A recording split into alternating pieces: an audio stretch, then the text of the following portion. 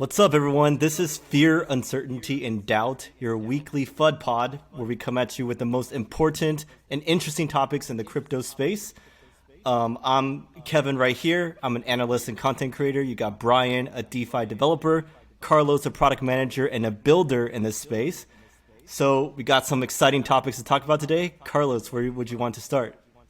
Yeah, dude. So you guys know that I live in New York, and so I'm always trying to kind of like hang out with people who are doing like crypto or DeFi stuff in the area, and a bunch of my friends are actually in town for NFT NYC. And just for some context, I know I would say virtually nothing about NFTs. Even though I'm a builder, even though I do a ton of stuff in DeFi, I'm completely out of the loop. I think I own one NFT, and that's my ETH domain name, which is a very like technically an NFT, right? It's not like a picture of anything, right? Do you guys own any NFTs? Yeah, I I've own only like lost money two. on NFTs. I, I own more than I wish I did because they're all down like 99% from when I bought them. So Yeah, so that's kind of the best thing about going to some of these events is that the sentiment at the events is basically like, hey, we all used to be super rich and now we're all super poor. Because every single person, I didn't meet a single person who was like up on NFTs aside from founders of some of these projects. So that kind of right. gives you like an idea of kind of what's going on here. But let me just quickly like describe the scene to you as I saw it. So um, last week there were a bunch of events. I have a friend who works in VC, and she's kind of like always like helping like push me out to some of these events, inviting me to stuff, and just being like, oh yeah, like I know these people here, like let's go hang out with them.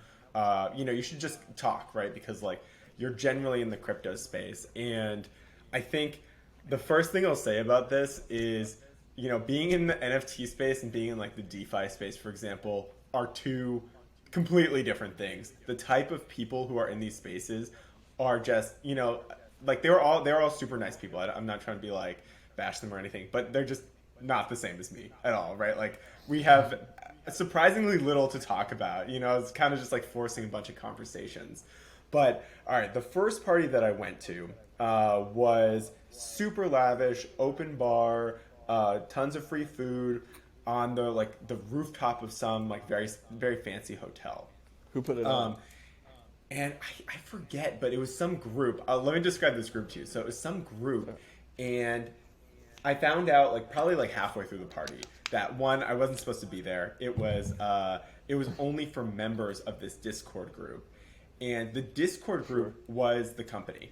So the entire company is just a Discord group. That was mind blowing to me. That's kind of like a modern business model. Like I knew there were some things like on deck, if you've ever heard of that, where it's like, Yeah. yeah, it's like an online community of people who are sort of trying to build companies or whatever.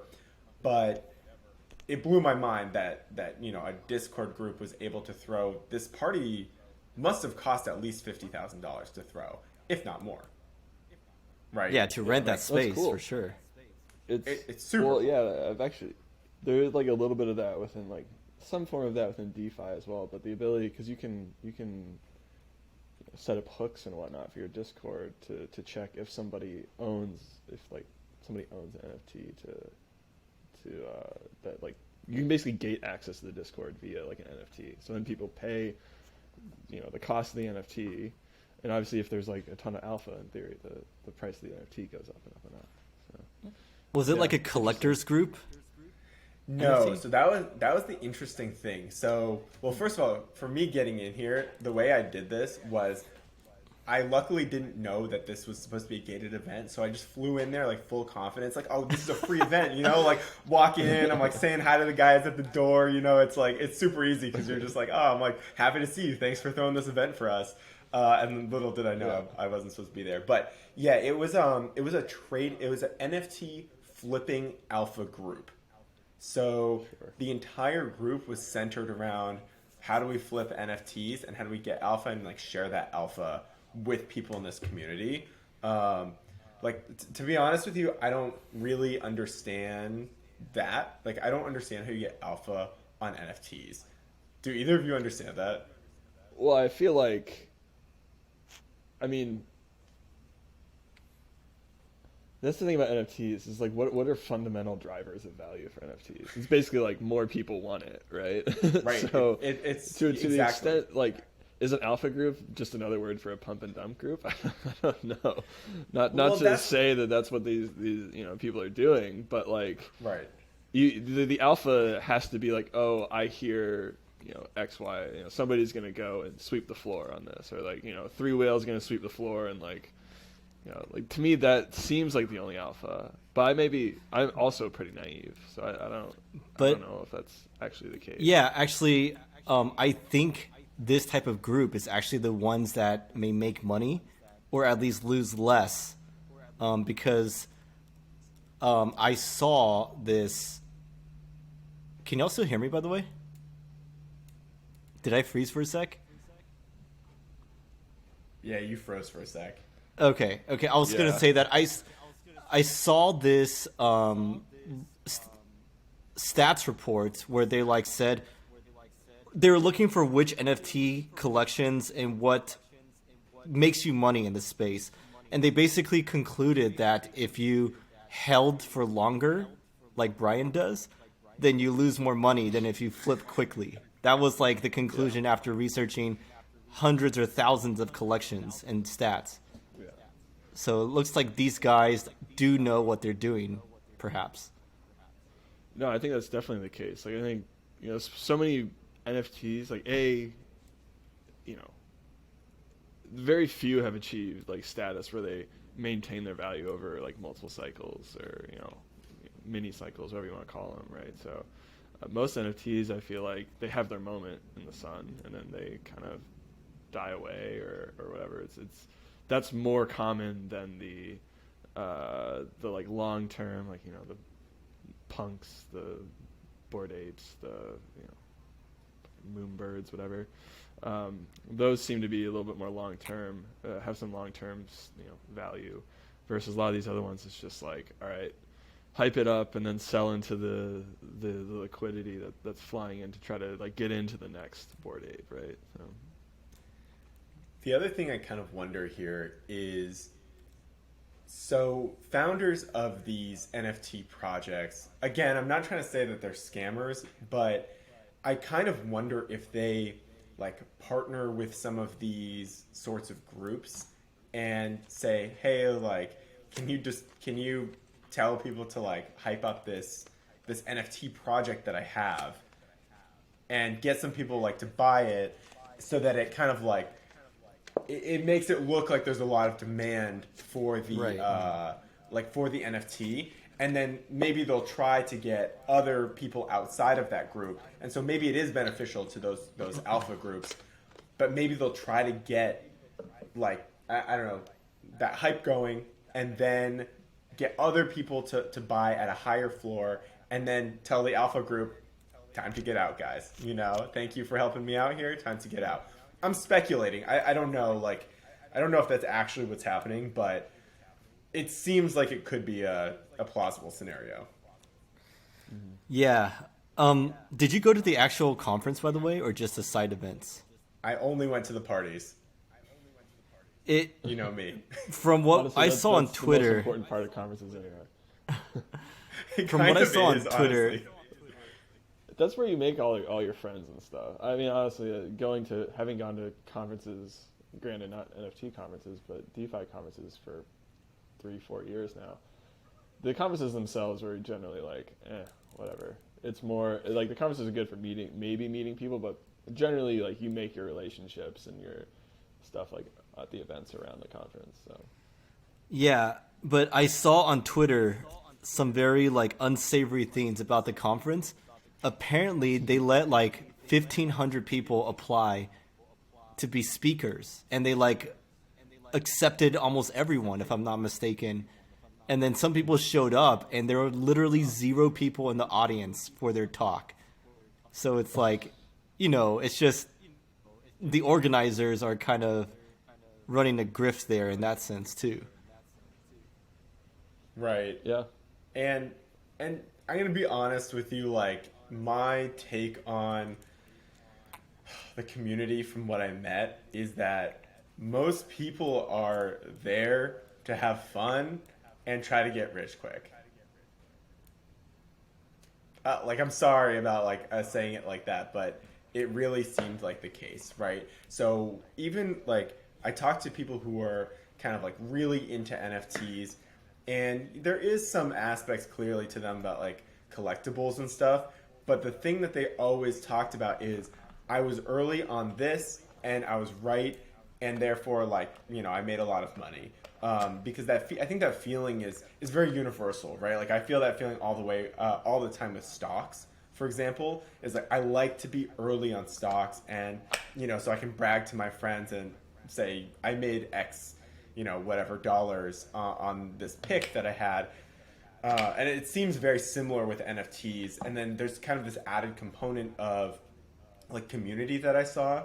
So it seemed like a lot of those people were, and I think this is pretty universal to humans. Like people are really like want a community, right? Like want something that they feel a part of. And so like these Discord groups kind of come in and they fill that void. And then they also kind of give people this like, space where hopefully they're right about some NFTs and they can like make some money, and everyone feels good about that. Like, especially when you make money together with other people, you're like, like this is so great, right?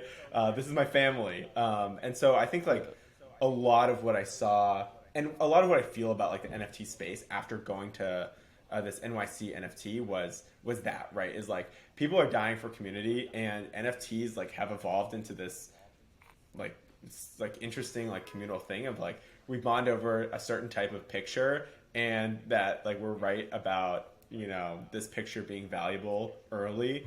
So that was kind of interesting. It definitely is different from crypto for sure. Like Very. I mean, there is an overlap of people who like both, but I have an crypto opposite like take, but yeah, I mean, I think crypto people at least try to care about the tech. Right? Even the people who are less tech savvy, they at least try to like understand the tech. Maybe they're like totally off on the potential or the impact of the tech, but they're at least like, that whole meme about being in it for the tech. They at least try to lean into that. Whereas NFTs are just like you said, they're communities and pictures. It's like it doesn't require you to learn about like consensus mechanisms or the like why Cardano's using UTXO model versus account model, right? Like the newbies at least try to come across like they know the difference or that one is better than the other. But there's not that level of analysis or differentiation in the NFT space. Yeah, so I actually have an opposite take on this. First of all, the idea that I don't know, even in the DeFi space, the best way to create a community is get everybody who's early really fucking rich. Like that is the like that doesn't change no matter what the tech or the the product is. Like that is how you create an early community. Like outside of like really niche stuff, I would say like obviously early Bitcoin community, early even like the punks community, stuff like that. Like you can get those niche things, but once like a bull market's in swing, like the way you get a community is getting people really rich. Secondly, I actually think I don't think we're giving enough credit necessarily to. I don't know. I think a lot of the things that you said, Kevin, are the same similar things people could say about ICOs and whatnot in 2017, right? Like I think a lot of these NFTs are probably like a cycle behind. I do think there are people that are like, there's definitely a lot of people that are there for a quick buck. Same thing with ICO. Same thing even with like DeFi this cycle, right?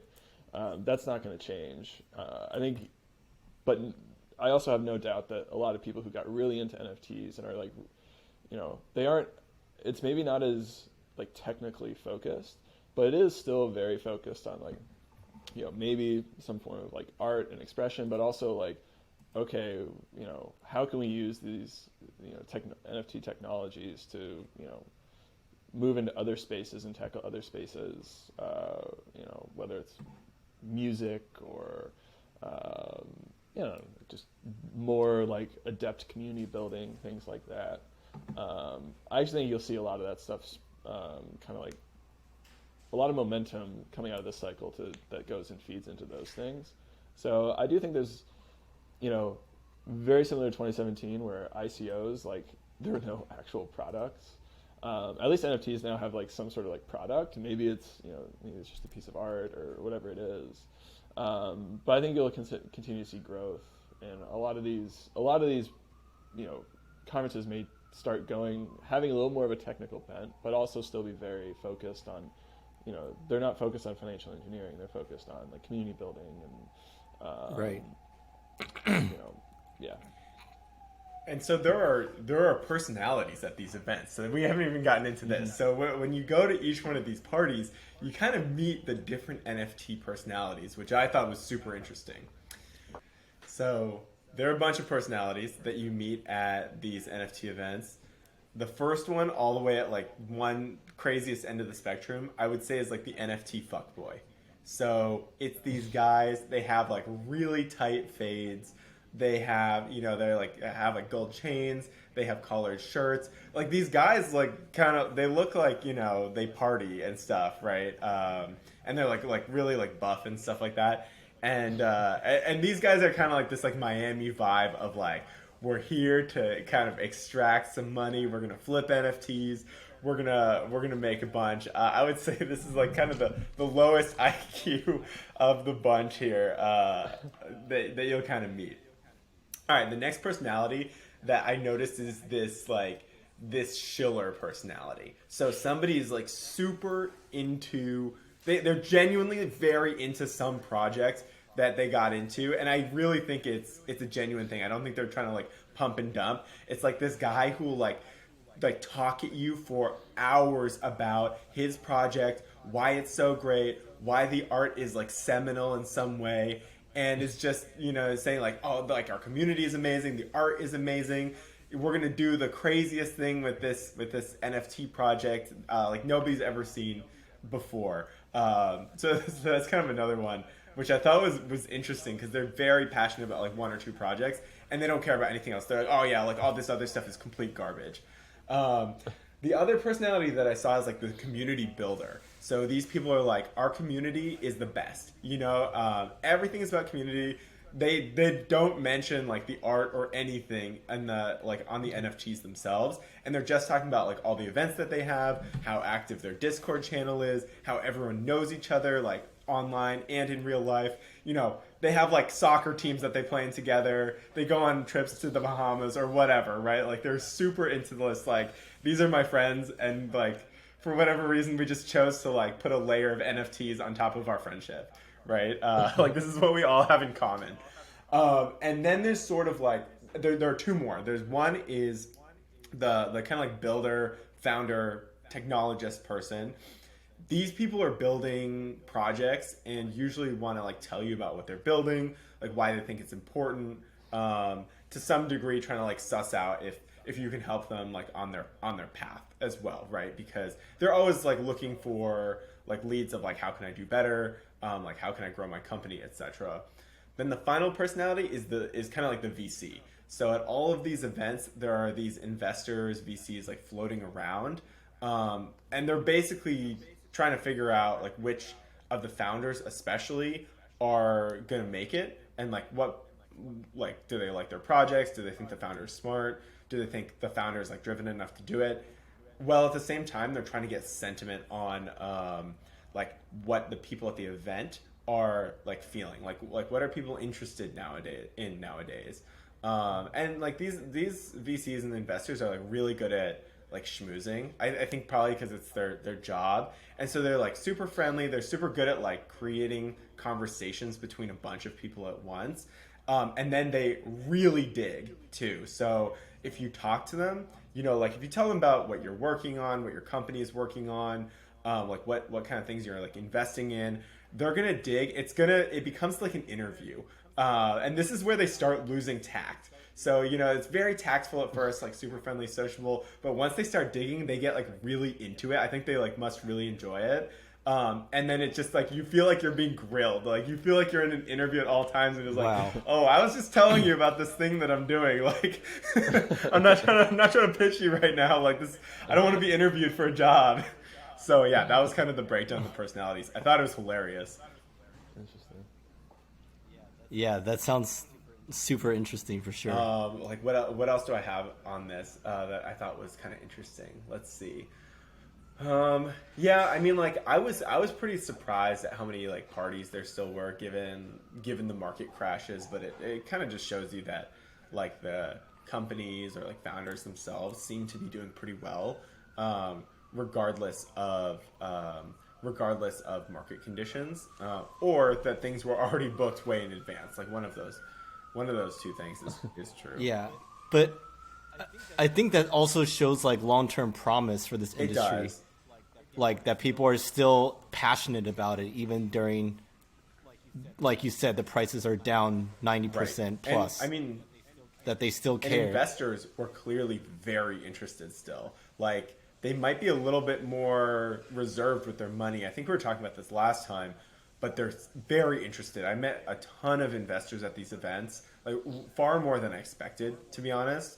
The only thing that had me like a little bit on edge, and again, because I don't really know the NFT space that well, is that like it didn't seem that a lot of the investors I met really it didn't seem like they cared about anything more than the fact that NFTs can be used to build communities. Like it seemed like for them it was communities and it was ownership, and like nothing else was really important. And so I'm not entirely sure what to make about that. Like I'm not sure, like, is that okay? It's I don't know. It feels like you don't really need NFTs to do those things, but I don't know. There are some things that are really nice. Like concert ticketing is one of the things that I thought about with NFTs. Huge, right? Like if you have a standard for a concert ticket, anyone can build a front end to exchange those tickets.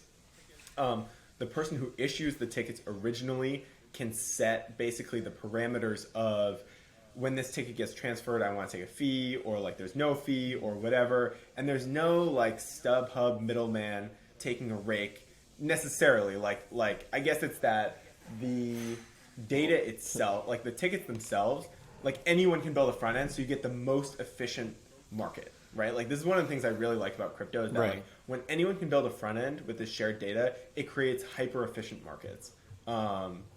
But other than that, I'm not really that sure on like long term like community value of NFTs. I'm still I actually want to be convinced. Yeah, I mean, I guess we'll have to wait and see. I was hoping on one that. of I will guys say would the convince fact me. that that's like their singular focus, I think definitely tells you there's probably a lot of other. I don't know. It seems like that's maybe the meta on the NFT side right now. Well, that meta is going to shift at some point. Whoever has a good enough idea of what that meta is going to. Because I don't think NFTs are going away, right? So I don't think they're going whoever away can- either. No, I don't. whoever can figure out what that shift is, because it may not be like profile pictures and community. I mean, it'll still be some of that, right? But it may shift to, I don't know, more, ownership in a more like significant way. Owning songs, owning, like you said, tickets is one example too.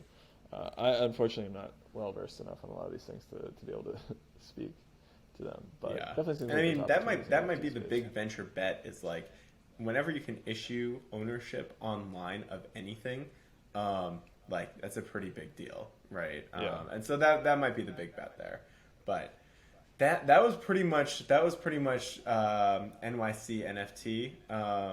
It was interesting for sure. I was glad that I went to the events and parties and stuff, and hopefully you guys can make it next time and we can scope it out. Yeah. I'm going to Masari mainnet most likely in September. If either Is of that you are going to be September? Where there, is that? I think I may be in New York City then, actually. it is September. Oh, okay. New York. What, I'll what- come. is it early? Early or mid September? September 23rd, I won't be I there then. think. Just kidding. I think I'll be around. Yeah, I one think one I'll be last thing around. on I'll go. NFT. That's I think. One last thing on the NFT front. I was Go actually ahead. interested to see. I saw somebody mention this in a tweet, but so I was kind of interested to see like were any project like big winners out of it? And by winners, I mean like, did any of their floor prices, go up a lot over the course of the last week? Because this is basically, this has been taking place over the last week. I've heard, I was going to say Goblin, Goblin Town seems to be the hot thing right now. Yeah, They so, killed it. okay. I pulled up flip.xyz. If anybody hasn't used it, I would definitely recommend it. They have some great just kind of basic analytics or, data. So if you were to look at kind of top, so, I mean, Bored Apes were basically unchanged. The other deed, what are those? Those are like the Bored Ape like thing, lands or like property or whatever. Oh, Land, Yeah, metaverse. that was up like 10% this week, but volume was down like massively. What's interesting about Goblin Town, like you said, is the floor was up 10% this week, and volume almost like doubled week over week. So there's clearly like a surge of interest in Goblin Town. There's a couple of other ones here that I don't really know what they are. Interesting enough, CryptoPunks, those are down like, this is CryptoPunks V1. I don't know if that's like the canonical CryptoPunks or if those are something different, but Not sure. oh, they how can't much? be. What's the floor? The floor is like 6.5 ETH, so definitely not the canonical ones. Just kidding. oh damn. No, that's not them. Yeah. What else? What are some of the other interesting ones in here? Oh, Moonbird oddities. Oh, I saw that Moonbirds are blowing up. Yeah. So the floor on the Moonbird oddities is up like almost 40%, and volume's up 70%. What's But the floor at? interestingly, the majority of these, kind of high volume. I'm sorting all these by volume. The majority of these high volume collections actually had massive dips in volume throughout the week. Like a lot of them seemed like 60% dips in volume. But yeah, I would say the big winners definitely in terms of alignment of volume and like increasing floor price was Moonbird Oddities and Goblin Town. Kind of cool to see. Interesting to see. The other one, Doodles is another one. Doodles was up about 20%. Their floor volume was only up about 20 as well, but it's still, Doodles is the one with celebrities, right? A bunch of celebrities are in that or something. Doodles? Oh, I don't know. Yeah. Not sure. Bored Apes. Bored are in, Apes for sure. but not sure about the other ones. Anyway, I just thought that was kind of interesting to see, like, who, are there any clear winners? And to me, it seems like Moonbirds and Goblins. I actually do have What a one last space we thing live to ask you about this. In terms of like market dynamics, do either of you know if there's kind of like if people do a strategy where they like kind of sweep the floor and then try to push the new floor price up and then dump? I assume that they would, right? Oh, for sure. Is that a common strategy though? I'm sure there's like actually pretty complex NFT trading, like bots or whatever. It's like, okay, the floor is kind of thin, sweep it, it'll cause other people to FOMO, and then you just like dump into that FOMO and make Right, yeah. 40%. Oh, man. I guarantee you that happens. I've even seen people like do technical charting of NFT collections. I think That's like crazy. they have to be pretty like liquid, right? Like I think that doesn't work for 99% of NFT collections, but Right. yeah, I'm sure there's For very anything like complex blue chip, strategies around right? like momentum and stuff like that you can make a lot of money on. Damn, that's kind of like what a world we live in, huh? Yeah, That's crazy. Exactly. All right, that was NFT NYC. Kevin, you wanna move us on to our next topic for today? Yeah, so another big topic people have been buzzing about is the Solana phone that was announced this past week. And a lot of mixed feelings about it. Some people love it, some people hate it. Some people are like, look at Solana innovating. What has ETH been doing this whole time? But just I got some article here. A big part of it is SMS, the Solana mobile stack, which is like a software kit for devs to build Web3 apps and experiences on their Saga phone, which is Android, of course. And this kind of makes a lot of sense because the background of the Solana team is from Qualcomm, right? So they worked on phones for like their previous whoa, I didn't career. know that. Yeah, Anatoly Yakovenko was a big Qualcomm guy. So he's like, okay, how do you get 1 billion people into crypto? Well, he's like, it's through the device that you use every day, and it needs to have like a hardware wallet. It needs to have like native access to Phantom and everything else that people use.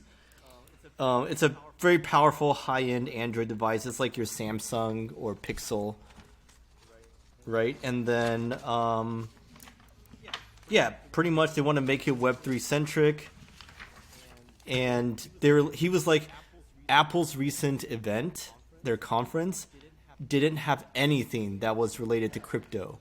And so they felt like they needed to take it upon themselves to like kind of merge the mobile experience with Web3, with crypto. I have an immediate reaction to this, which is that in one sense, I actually love this.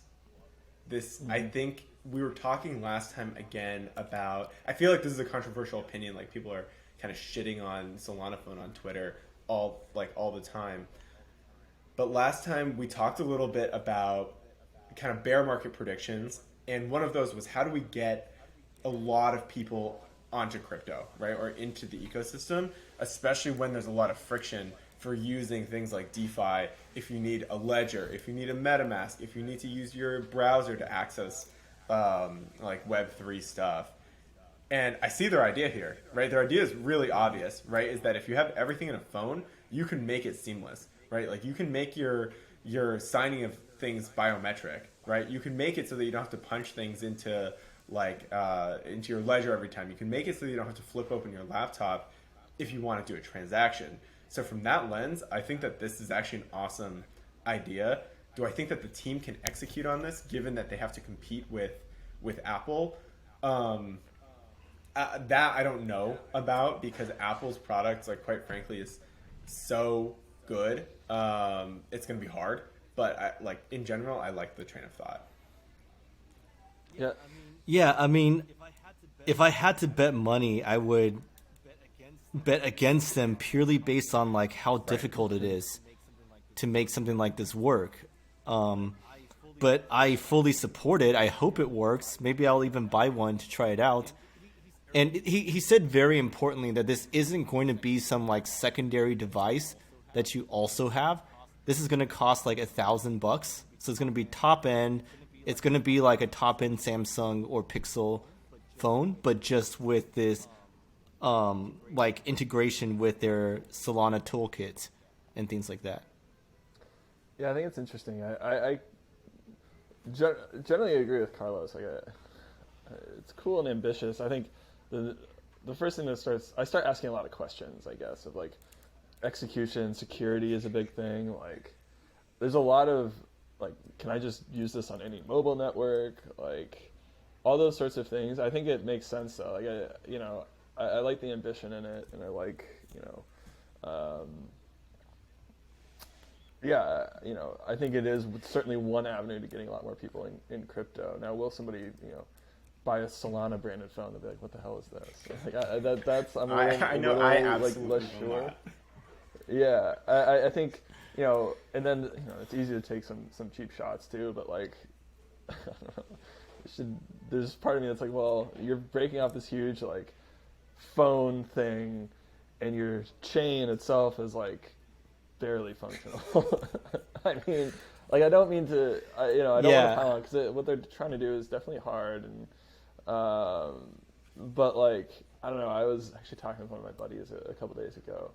He does a lot of like integrations and stuff like that for like a major exchange, and he's like, Solana is the bane of my existence. That thing is like constantly going down. You're getting like alerts at midnight being like, hey, we have to hard fork the network, like, gotta be prepared for that.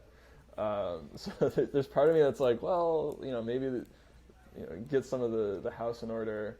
I guess the other questions I'd have is this like, is the intention that this can be used for like any blockchain, or is it supposed to just hook into Solana? Like, how much is I think mainly Solana. Is Solana a dependency for these phones, right? Like, this becomes if Solana in some form or another is like a dependency for some of the features to work, like, well, if Solana's down, how does that happen? This is what I said. Yeah, that's a great point. I think there's like a lot. I have a lot of these like execution and like follow-on questions. That said, I generally want to be optimistic that A, they'll get the chain stuff figured out, and then B, they'll be able to use these phones to onboard a lot of people. But definitely is a interesting play. I think this is the right problem to focus on in terms of like the next big opportunity, because I don't know about you guys, but my crypto activity is like 99% on desktop. Yep. And mobile, like, sure, I'll do some stuff, but it's mainly like small payments or maybe like the mobile app of centralized exchanges. Yeah. So it's just not easy, and for many reasons I don't want to do like important crypto stuff on the mobile phone. Does this meaningfully change that though? Like, what are the reasons you don't do mobile stuff on the, like, definitely I think I don't do any. So like, I know, like, imagine the UI UX isn't quite as good. It's a little more like, am I doing exactly what I think I'm doing, because it's a smaller screen, et cetera, et cetera. But the other thing too is just like security. Like, do you I don't know. For some reason, it feels like more insecure. Now, I don't know. We all stream, sports on my laptop. I'm not sure that's like the most secure or best idea either, right? So, but yeah, I'm not sure. Like, the fact that they have a branded phone changes some of the like things that freak me out about using a phone for it. Well, yeah, if either of you guys want to run like a really good crypto phishing scheme, we should just create like a free soccer streams website that was like, oh, like you have to validate with your MetaMask to get in here, and we'll make a ton of money doing that. Or just somehow get some malware in there or something. I don't know. Yeah. No, I mean, like I what was I going to say about this? Well, one, I'm gonna shit on Solana. I have no qualms about that. I won't even touch that, especially as a developer. Like, it's just not worth my time. So they definitely need to get their house in order. I think they lost a lot of trust with people too. So I don't want to say it's necessarily like game over for them, but they have a little bit of an uphill battle at the moment, and so it's really hard if you start splitting your focus between getting your fundamentals right, and then also taking on this super ambitious project, which, like, I fucking love this idea. Like, that does not change it. I think this needs to happen, and somebody needs to do it. To me, I'm just a little sad that Solana's the one doing it, rather than, something off of, like, Ethereum would be cool. To me, the big thing I see here is a massive opportunity for developers, because right now, as developers, we're kind of limited to building dApps. That's not entirely true, but it's kind of mostly true. Where everyone who's a dev in, like, especially the DeFi space, we're gonna build like a dApp in our browser, right? Because everyone that we're targeting has MetaMask, but right. But once kind of we have like a good set of developer tools that are crypto centric on a mobile phone, I think that will change the game, right? Because even like some of the products that I build, I would love to have apps for them, but at the moment it's not super realistic, because I'm not going to be able to get anyone to use them if they have to jump through like a ton of hoops to like sign transactions and stuff like that on their phone. Exactly. But if it's seamless, that would actually be in some cases way better in terms of like user acquisition and in terms of UX of the app itself. So I'm really excited about that, and I hope somebody gets it right for sure. And I guess the last thing I'll say is that the App Store with Apple, I think there's a big possibility that this is a major component of the Solana phone play, because the App Store is very restrictive, and you can't just build whatever you want, especially with a crypto app. I know that Apple is going to crack down on a ton of those apps and just stop them from being published. And that's very like against the spirit of Web3, right? So that's kind of my piece on this. Agreed.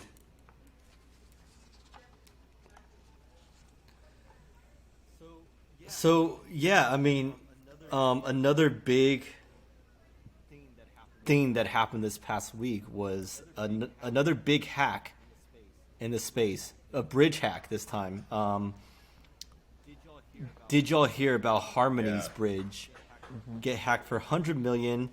It was just sharing some facts here. It was exploited for 100 million in different altcoins, which were swapped for Ether.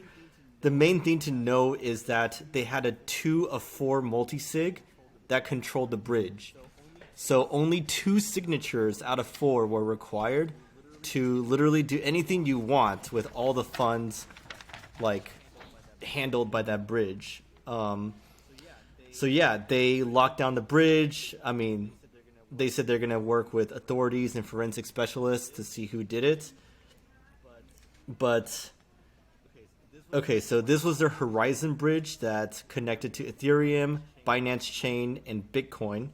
The Bitcoin bridge was not affected, but like Frax, Wrapped Ether, Aave, Sushi, Binance USD, DAI, Tether, USD Coin, those all got stolen. And the funny or interesting thing is some guy on Twitter, ApeDev, noted months ago, like in April, that this could be a potential hack target because of the low number of required hackers, which was only 2. Only 2 needed to be exploited out of 4 owners to execute any arbitrary transaction.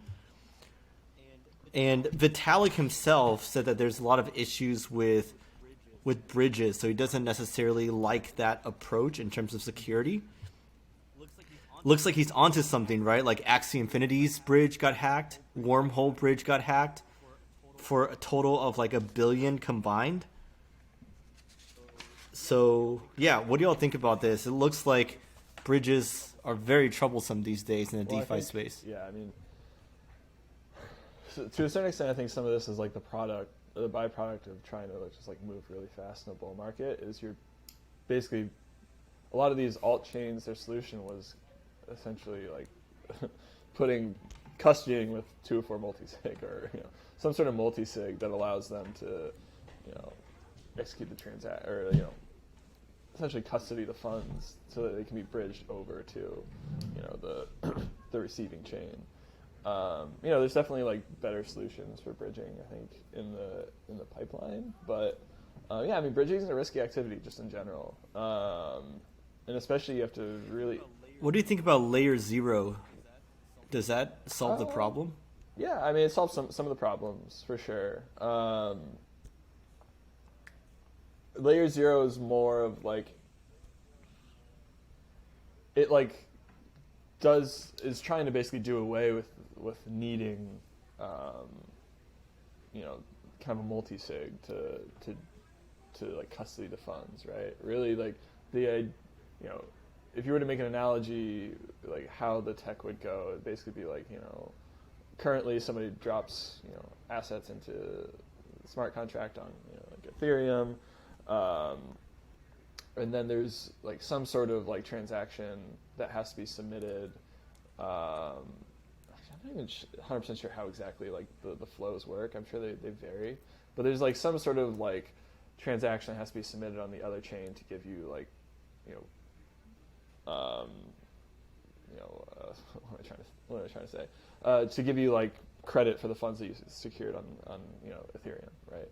I think with Layer 0 it'd be something where it's more, and there's some sort of centralized entity in there that's like allowed to give you credit you for certain things, right?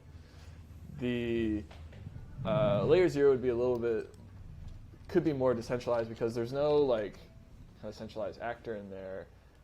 There's basically 2 actors, like an oracle and they call it, and a relayer, right? So the oracle is just like depositing, block headers, which you use to validate the transactions that the relayer submits.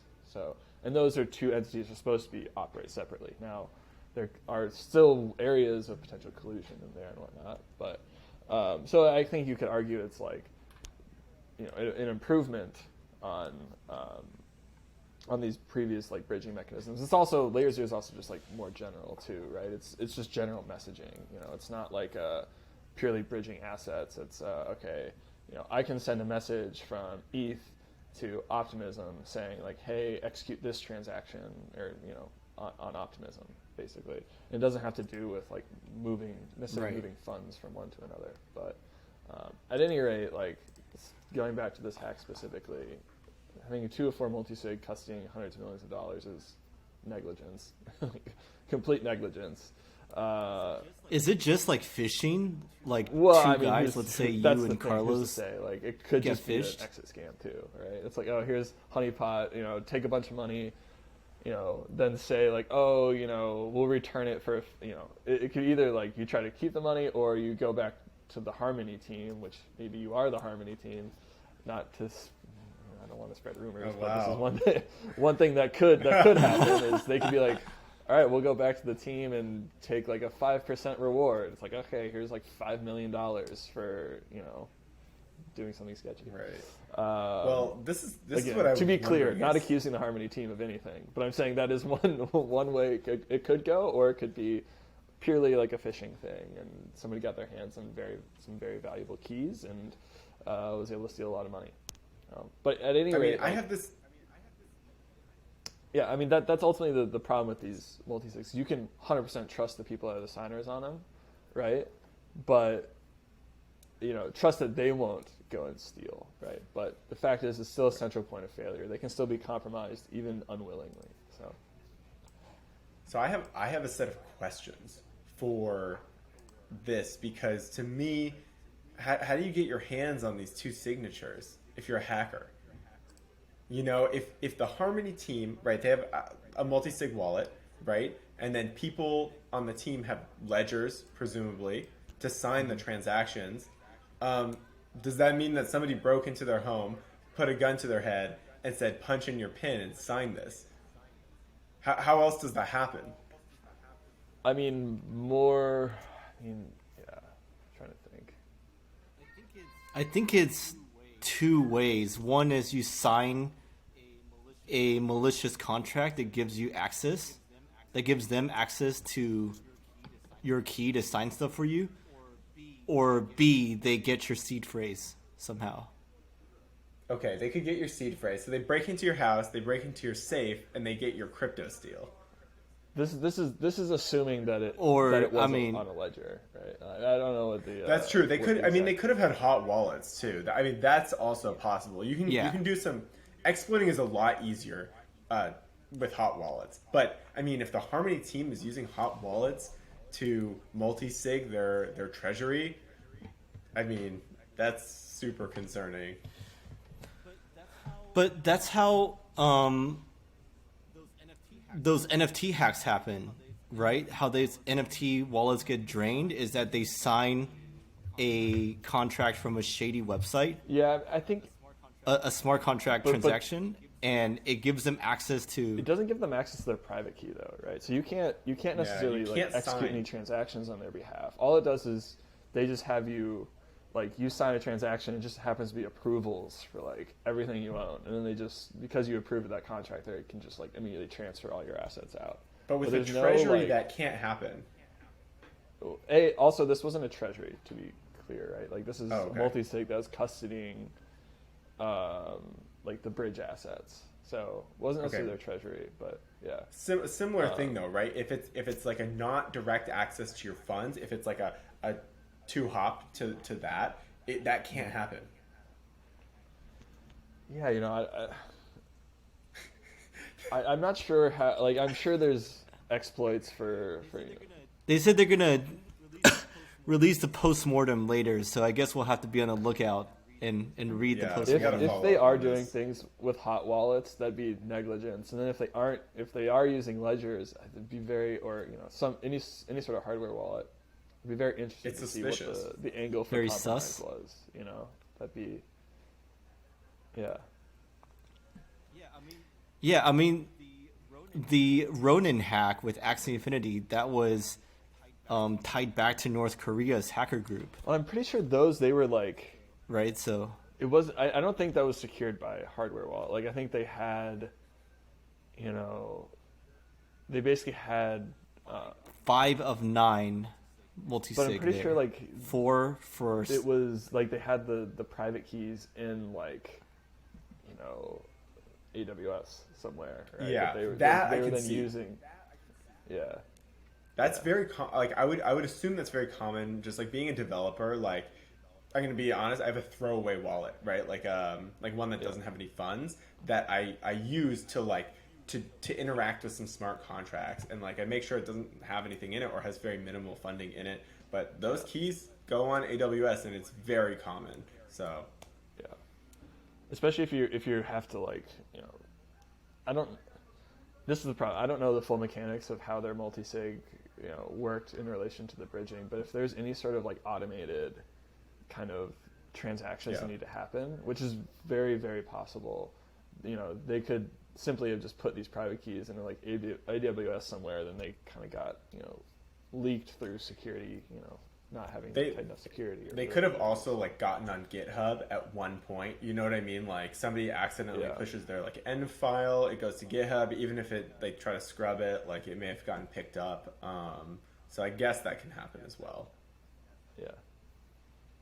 But okay, the other question that I have here is around.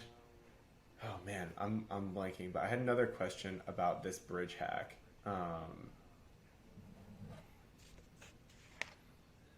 I lost it. it's all good. Maybe we'll have to read the post mortem when it comes out, and then revisit this in next week's episode. Hopefully they'll put it out by right. then. All right, guys. Good seeing All right, you. guys. I'll That was see you great. next week. Yeah. Yep. See you.